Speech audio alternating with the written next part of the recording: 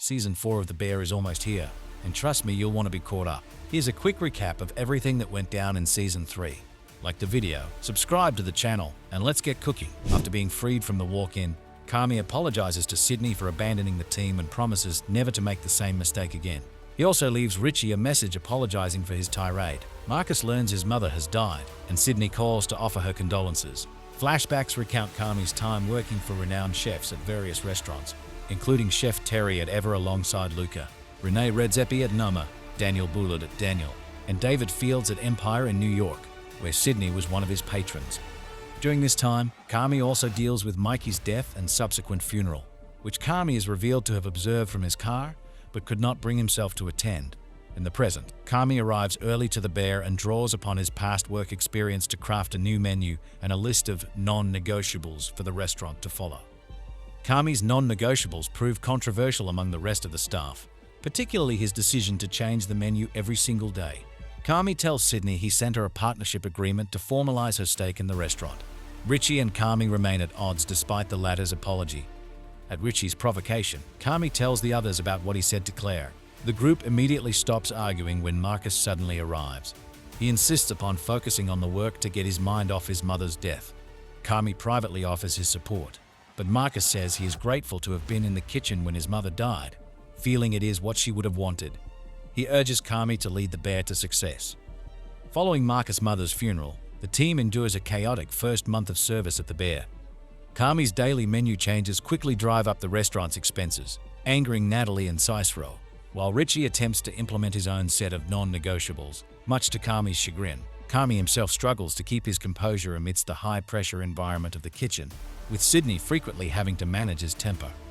Carmy and Richie eventually have a physical altercation that leads to the restaurant's expo sheets flying off the table, making Sydney realize the extent of the kitchen's dysfunction. Sydney gets a new apartment, despite her father's concerns that it is both more expensive and a further commute from the restaurant than living with him. Sydney is later approached on the street by Ever CDC Adam Shapiro, who reveals he discreetly visited the Bear and observed the chaos in the kitchen. While praising Sydney's skills, Richie has an awkward conversation with Tiff's fiancé Frank, making him wonder whether his presence in his daughter's life is confusing her. But Natalie encourages him to continue being there for her. Natalie receives word that the Chicago Tribune plans to write a review of the Bear, causing the staff to realize that their food critic has already visited the restaurant. As the team prepares the restaurant to be photographed for the review, Cicero brings in family friend Nicholas, the computer marshal, to help the restaurant cut costs and trim inefficiencies. One of his recommendations is to let go of Marcus or reduce his pay, which Natalie swiftly shuts down. The team also scrambles to prepare a duck dish mentioned in the review, whose ingredients they do not have on hand due to the daily menu changes. Chef Terry unexpectedly closes Ever, making Carmy doubt the Bear's own future. Some years before the events of the series, Tina is laid off from her longtime office job during a difficult financial period for her family. As she goes about her daily routine raising her son Louis with her husband David, she travels to different businesses across Chicago trying to find work and facing rejection everywhere. Losing hope, she makes a stop at the Original Beef for a coffee and is offered a sandwich by Richie on the house.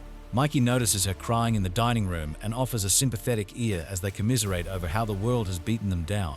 Noting that they still find hope in the younger generation, Tina expresses her begrudging admiration for some of the younger workers she has seen in her job hunt. While Mikey brings up his pride in Carmy, Mikey offers her a job as a line cook. Carmy attends an Al-Anon meeting where another attendee expresses doubts over the value of apologies due to having to deal with the consequences of the apologizer's prior actions, while another attendee insists that letting an unspoken apology fester is worse. Adam reveals to Sydney he wants to open his own restaurant and offers her a job as his CDC, further complicating her hesitancy to sign her agreement with Carmy.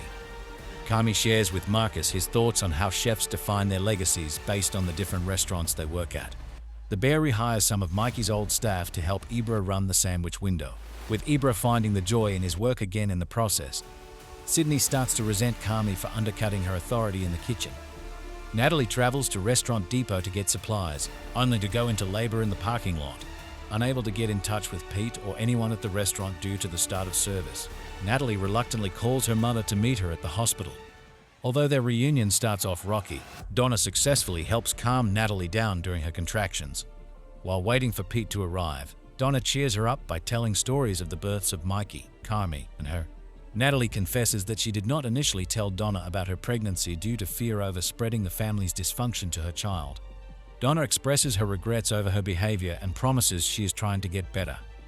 When Pete arrives, an emotionally drained Donna quietly exits the hospital room to wait in reception, where she is comforted by the facts. The facts urge Carmy to apologize to Claire, which he considers but continually puts off. Carmy invites Sydney to the Eva funeral service closing dinner. The staff anxiously await the Tribune review. Cicero warns Carmy that, with the finances in dire straits, he will likely have to pull out if it is negative. Richie ponders whether to attend Tiff and Frankie's wedding, with Tiff urging him to do so.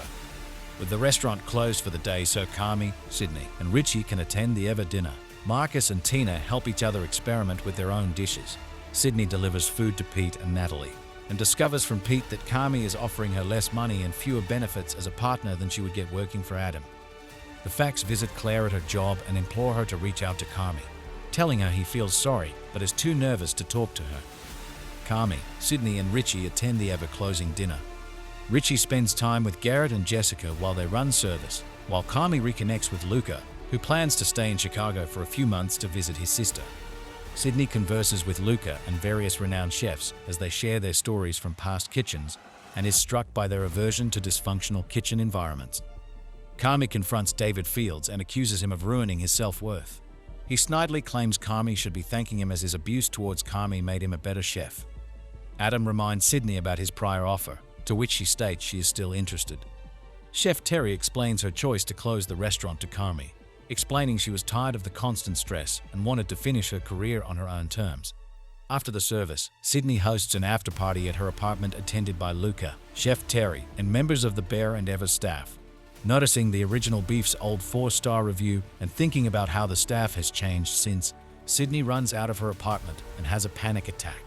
Carmy checks his phone to discover several missed calls from Cicero and computer, along with the Tribune review. Now you're ready for Season 4 where success could finally come, or everything could fall apart. Don't forget to like and subscribe for more TV recaps served hot.